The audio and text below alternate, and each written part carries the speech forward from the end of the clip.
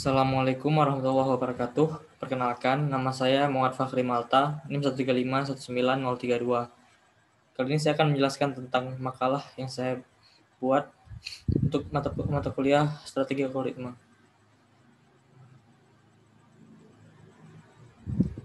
Oke, di sini bisa dilihat judul makalah saya ialah penerapan algoritma Boyer-Moore pada game word search puzzle. Di sini ada abstraknya, ada pendahuluan. Jadi pendahuluannya yaitu game sudah menjadi sangat populer zaman sekarang. Dan salah satu yang populer ialah game puzzle. Nah, di game puzzle ini ada bermacam jenis. Yaitu salah satu jenisnya ialah word search puzzle, yaitu game mencari kata-kata di balik huruf-huruf yang acak. Kata-kata tersebut dapat ditemukan baik secara horizontal, vertikal maupun diagonal. Kali ini diasumsikan bahwa game itu berbentuk kotak yang baris dan kolomnya sama atau berbentuk persegi. Kemudian ada alasan teori. Jadi awalnya ada algoritma string matching. Algoritma string matching adalah algoritma yang disebut juga pencocokan string, yaitu algoritma yang mencari semua kemunculan string pendek dan panjang. String pendek disebut pattern dan string panjang disebut text. Di sini ada berbagai macam jenis. Ada yang dari kiri kanan, yaitu contoh algoritma brute force dan algoritma KMP. Kemudian yang kanan ke kiri ada algoritma Boyer-Moore. Dan kategori terakhir yaitu dari arah yang ditentukan secara spesifik oleh algoritma tersebut, yaitu kolusi dan Kroger-Moore-Perrin. Kemudian landasan teori selanjutnya ialah algoritma Boyer-Moore. Di sini ada definisi Boyer-Moore. Nah, di sini algoritma ini melakukan pencocokan string dengan dua teknik. Yang pertama looking glass, yaitu kita memeriksanya bukan dari depan pattern, tapi kita memeriksanya dari indeks terakhir si pattern.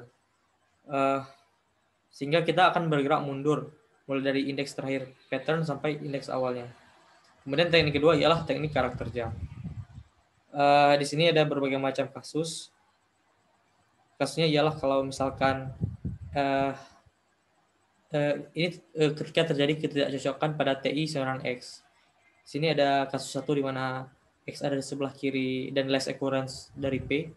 Kemudian jika X di suatu tempat tapi di kanannya si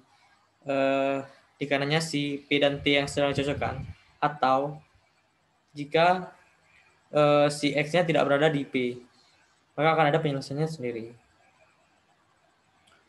Kemudian di sini ada fungsi less occurrence.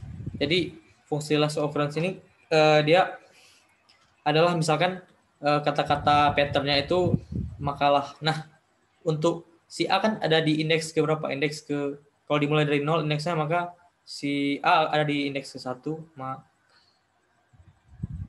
ada indeks ke 1, 3, dan 5. Nah, less occurrence ini adalah indeks terakhir.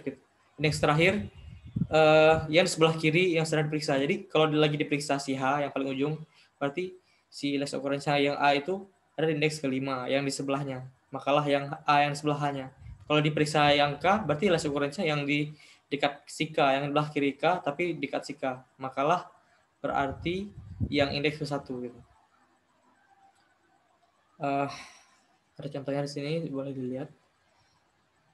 Kemudian kita masuk ke teori dari word search puzzle. Di sini word search puzzle adalah sebuah game atau permainan yang didesain menyerupai puzzle yang berisikan berbagai macam huruf. Tugas pemain adalah menemukan kumpulan huruf-huruf yang dapat membentuk suatu kata. Susunan huruf-huruf tersebut dapat berupa dari arah horizontal, vertikal, atau diagonal. Permainan ini dapat dimainkan sendiri maupun bersama-sama dengan teman, keluarga, dan orang lainnya. Jika dimainkan sendiri, pemain akan menyelesaikan permainan ketika semua kata ditemukan. Ketika bermain bersama orang lain, pemain yang menemukan kata terbanyak yang akan menjadi pemenangnya. Banyak kata, huruf, besar tabel, dan level kesulitan ditentukan oleh masing-masing pemain. Akan tetapi pada makalah ini diasumsikan besar tabelnya di barisan kolomnya sama atau berbentuk persegi. Nah, ini adalah contoh dari game word search puzzle. Kemudian ada di sini implementasinya. Nah, di sini langkah-langkah yang kita lakukan adalah 7 langkah. Yang pertama, kita membagi pengecekannya berdasarkan arahnya, yaitu satu horizontal, satu vertikal, dan satu lagi diagonal. Nah, nanti di setiap arah kita akan menyimpan semua kemungkinan teksnya. Jadi kita akan mengambil beberapa huruf yang misalkan satu baris semua gitu secara horizontal, dan kita simpan sebagai teks. Kemudian yang ketiga, ukuran teks yang disimpan harus lebih besar, lebih dari sama dengan ukuran pattern. Dan nanti jika memang patternnya lebih besar daripada ukuran teks, maka teks tersebut tidak akan dicek. Contoh yang biasanya kecil itu adalah yang diagonal. Jadi yang diagonal itu bisa jadi hanya satu huruf atau dua huruf yang kecil-kecil dan berukuran kecil lainnya gitu. Kemudian yang keempat ialah kita akan menyimpan indeks-indeks penting pada setiap teks. Misal, contohnya ini yang horizontal ya. Misal teks pada baris ketiga dari tabel pada puzzle. Nah, jadi kita akan menyimpan yang indeks 3-nya ini. Nanti kan untuk indeks yang kolomnya, itu kan tinggal mengikuti indeks dari teksnya gitu. Karena teksnya udah disimpan, oh itu baris ketiga. Nanti kita tinggal mencari indeks kolomnya gitu. Kemudian menggunakan algoritma Boyer-Moore untuk mengecek pattern pada masing-masing teks yang sudah simpan. Disinilah kita akan menggunakan algoritma Boyer-Moore untuk menemukan apakah pada teks tersebut terdapat pattern yang kita cari. Kemudian yang keenam, apabila ditemukan kata yang sesuai dengan pattern, maka akan menyimpan indeks awal kata dan akhir kata. Jadi kita nanti ketika katanya sudah ditemukan, maka kita akan menyimpan indeks awal. Misalkan ya indeks ke 0, misal katanya di awal teks gitu. Jadi indeks ke 0, misalkan barisnya 0, nanti kolomnya misalkan kolom ketiga yang kayak tadi kan. Nah, indeks akhirnya juga kita simpan. Misalkan indeks akhirnya kalau horizontal berarti barisnya sama, masih baris ke 0, masih baris ketiga, tapi kolomnya misalkan tadi yang ke 0 jadi kolom ke-5 gitu. Dan yang terakhir menampilkan pattern beserta indeks awal dan akhir. Jadi langkah pertama itu membagi pengecekan berdasarkan arahnya, yaitu horizontal, vertikal, dan diagonal. Saya satukan dengan langkah kedua, yaitu di setiap arah disimpan semua kemungkinan teks. Nah, di sini misalkan ada sebuah prosedur horizontal dengan inputan puzzle. Puzzle berarti semua huruf-huruf dalam puzzle yang berbentuk matriks. Dan teks horizontal yaitu array yang menyimpan teks horizontal. Di sini kita melakukan traversal sebanyak panjang dari puzzle, sebanyak panjang dari puzzle. Kemungkinan kita akan melakukan aksi untuk menyimpan setiap teks pada setiap baris di puzzle ke teks horizontal. Kemudian ada prosedur vertikal. Di sini kita masukkannya puzzle dan teks vertikal. Nah, di sini kita melakukan traversal 2 kali dan kita akan menyimpan setiap kolom, setiap kata yang terbentuk dari kolom ke teks vertikal. Kemungkinan yang prosedur diagonal masih inputannya puzzle, kemudian ada teks diagonal. Di sini kita akan melakukan traversal karena tadi asumsinya berbentuk persegi, maka diagonal yang memungkinkan hanya garis yang panjang yang diameter garis yang kemiringannya 1 gitu. Jadi dan ketika kita memeriksa setiap baris ke 0 dan kolom ke 0 itu sudah mencakup semua. Jadi pertama kita akan memeriksa dari baris yang ke 0. Nah, jadi di sini kita melakukan traversal I dari 0 sampai panjang dari puzzle indeks ke 0, yang berarti panjang dari satu baris, yaitu panjang kolomnya gitu kan. Nah, di sini kita barisnya sama dengan 0 dan K-nya mengikuti si I tadi. Kolomnya mengikuti I tadi. Kemudian ketika indeks B1 valid dan K1 valid, maksudnya valid ini adalah masih terletak di dalam matriks, tidak keluar dari matriks. Nah, kita akan mengambil patternnya. Pertama kita akan mengambil hurufnya dulu, kemudian B1 dan K1 ditambah 1, sehingga dia akan miring ke bawah.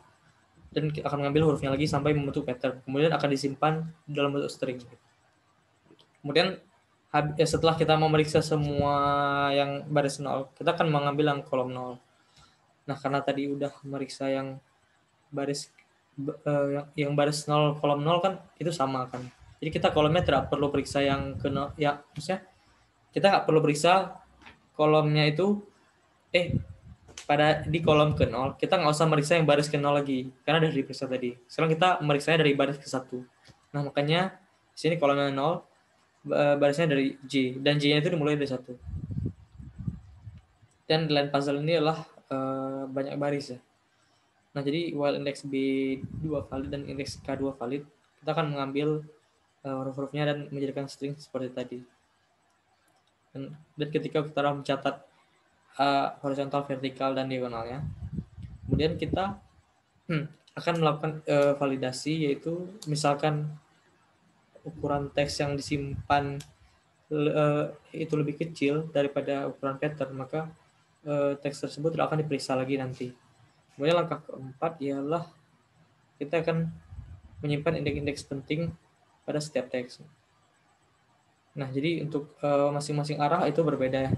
Kalau untuk horizontal, indeks awal baris dari pattern akan tersimpan dari indeks array teks horizontal. Sedangkan untuk kolomnya, indeks kolomnya akan tersimpan dari indeks teks horizontal I. Jadi panjang dari satu baris teks horizontal itu. Kemudian untuk arah vertikal hampir sama seperti horizontal tapi terbalik, yaitu indeks barisnya malah didapatkan dari panjang baris teks vertikal, sedangkan indeks kolomnya didapat dari panjang teks vertikal. Nah, untuk arah diagonal agak sedikit ada catatan gitu tentang cara pengambilan indeks awalnya, yaitu dengan perhatikan indeks dari teks diagonal. Untuk indeks yang ke 0 sampai panjang satu baris itu atau jumlah kolomnya, maka indeks barisnya adalah 0 dan indeks kolomnya mengikuti indeks dari teks diagonal tadi. Dan untuk yang setelah itu, setelah melewati indeks ke setelah melewati indeks ke yang terakhir tadi, maka indeks kolomnya sekarang yang sama 0 dan indeks barisnya yang mengikuti indeks yang baru, tapi dikurangi dengan indeks terakhir yang kita periksa tadi. Ingat ini indeks awal, jadi memang hanya melihat dari baris ke 0 dan kolom ke 0.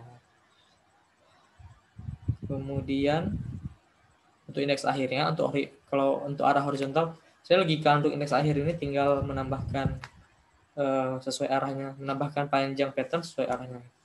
Misal arah horizontal berarti tinggal nambahin yang kolomnya dengan panjang pattern kemudian dikurang 1. Itu kemudian karena untuk yang barisnya tetap sama kan. Kalau untuk yang horizontal, untuk vertikal kolomnya sama. Jadi barisnya yang ditambah seperti tadi. Kalau untuk arah diagonal, dua-duanya ditambah, yaitu barisan kolom seperti tadi. Kemudian langkah kelima ialah menggunakan algoritma Boyer-Moore untuk mengecek pattern pada masing-masing teks yang sudah disimpan. Nah, di sini ada contoh algoritma Boyer-Moore di Python yang saya implementasikan pada saat Tubes atau Tuchel kemarin. Di sini menggunakan masukan teks dan patternnya, dan akan mengeluarkan nilai boolean true atau false dan indeks keberapa dari teks tersebut ya. Jadi misalkan teks tersebut, jadi indeks 0-nya dimulai dari teks itu gitu.